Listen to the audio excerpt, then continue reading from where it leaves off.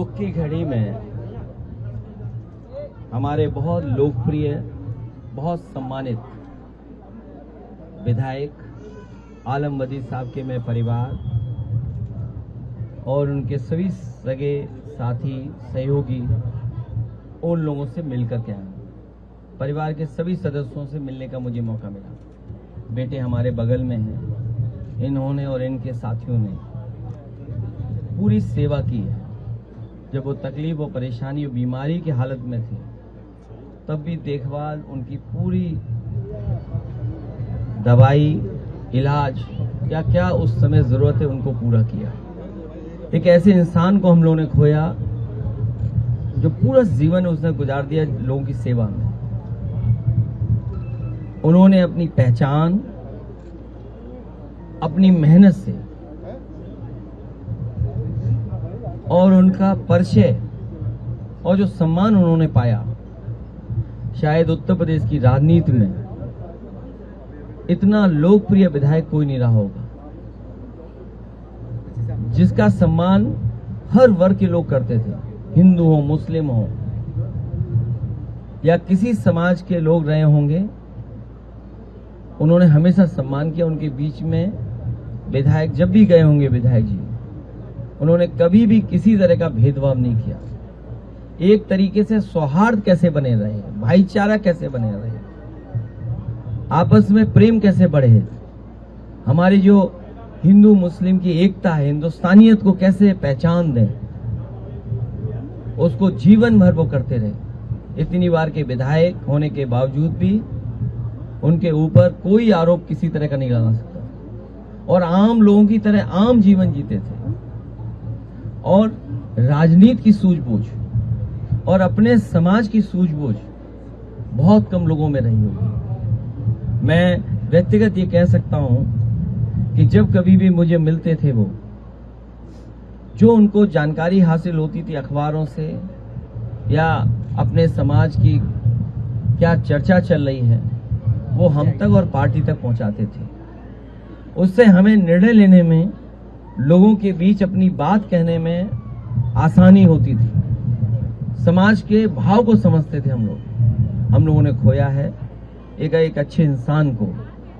ऐसे इंसान कम आते हैं, कम बनते हैं। और मैं तो ये कहूंगा उनका जहन जो था वो आम लोगों के लिए था, सेवा के लिए था। और हम भरोसा दिलाते हैं उनके से साथियों को, उनके कामों को आगे बढ़ाएं, परिवार के लोग उनको काम आगे बढ़ाएं। हम समाजवादी लोग हमेशा उनके साथ रहेंगे। हालांकि दुख की घड़ी में हम लोग आए हैं, लेकिन इधर जो एक खबर आई है वो ऐसी खबर है, खासकर नई पीढ़ी के लोगों में ऊर्जा भर दी है। जहां जहां जैसे जैसे खबर पहुंची है, लोगों ने खुशियां मना ली। ये जिद क्यों थी आखिरकार? अगर यही करना था तो बच्चों से बात करके, बुला करके ये फैसला पहले ही ले लिया जा सकता था और तब ले लेना चाहिए था, क्योंकि जब बच्चों की जान गई है कईयों की और सरकार ने खुद स्वीकार किया था कि परीक्षा का पेपर लीक हुआ है, आपने अधिकारी बर्खास्त किए, आप मैनेजमेंट के लिए लगे रहे। हालांकि कैमरे के सामने आप बोलते थे, लेकिन जैन जी की ताकत को देख करके आपको अपना मोबाइल भी टेढ़ा करना पड़ गया और मोबाइल टेढ़ा कर करके आपको अपनी भाषा, अपना व्यवहार, अपनी भाषण देना पड़ा। और एक बार नहीं, 2 बार देना पड़ा, क्योंकि नई पीढ़ी के लोग रात में भी जगते हैं, तो रात में भाषण दिया। वैसे तो 8 बजे भाषण होता है अक्सर, इस बार तो रात के 12 बजे के लगभग भाषण हो रहे हैं। ये बड़ी जीत है नई पीढ़ी के लोगों की और सरकार को ये बात समझ लेनी चाहिए कि परीक्षा को लेकर के, शिक्षा को लेकर के, और कौन सी शिक्षा, प्राइमरी एजुकेशन से लेकर के हायर एजुकेशन तक पर सरकार को बहुत गंभीरता से सोचना पड़ेगा।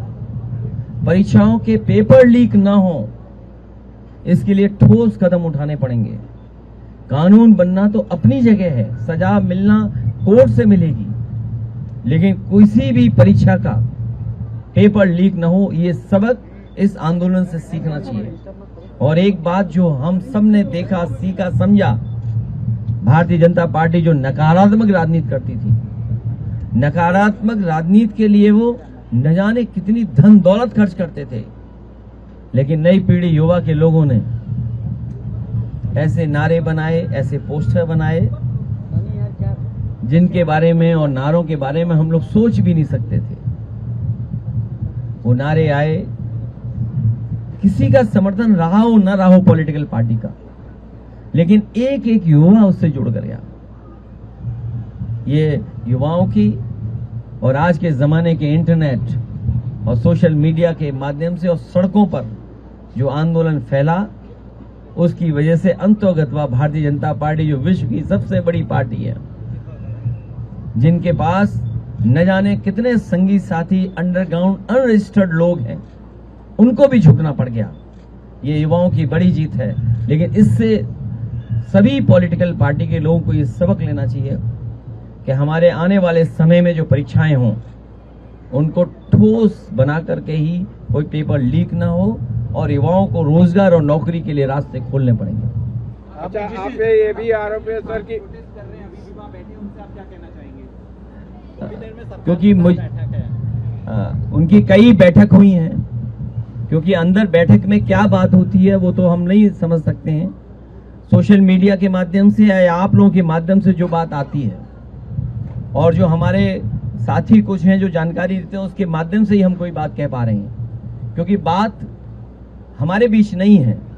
लेकिन पहली बात जो थी, विपक्ष की भी ये मांग थी, जिसकी वजह से सदन नहीं चल रहा था, स्पीकर महोदय के सामने या अन्य मौकों पर, या जो धरने प्रदर्शन हुए, जिन धरने प्रदर्शनों में हम लोग शामिल हुए, यही मांग थी कि छात्र युवाओं की मांगे मानी जाएं, जिसमें सबसे पहली मांग यही थी कि मंत्री को इस्तीफा देना चाहिए। वो पूरी हुई है, उसके लिए बहुत बधाई छात्र नौजवानों को, जिन्होंने डट करके बिना परवाह किए हुए और एक ऐसा आंदोलन जिसका एक्सपीरियंस करने सब जा रहे थे, बड़ी संख्या में लोग पहुंच रहे थे।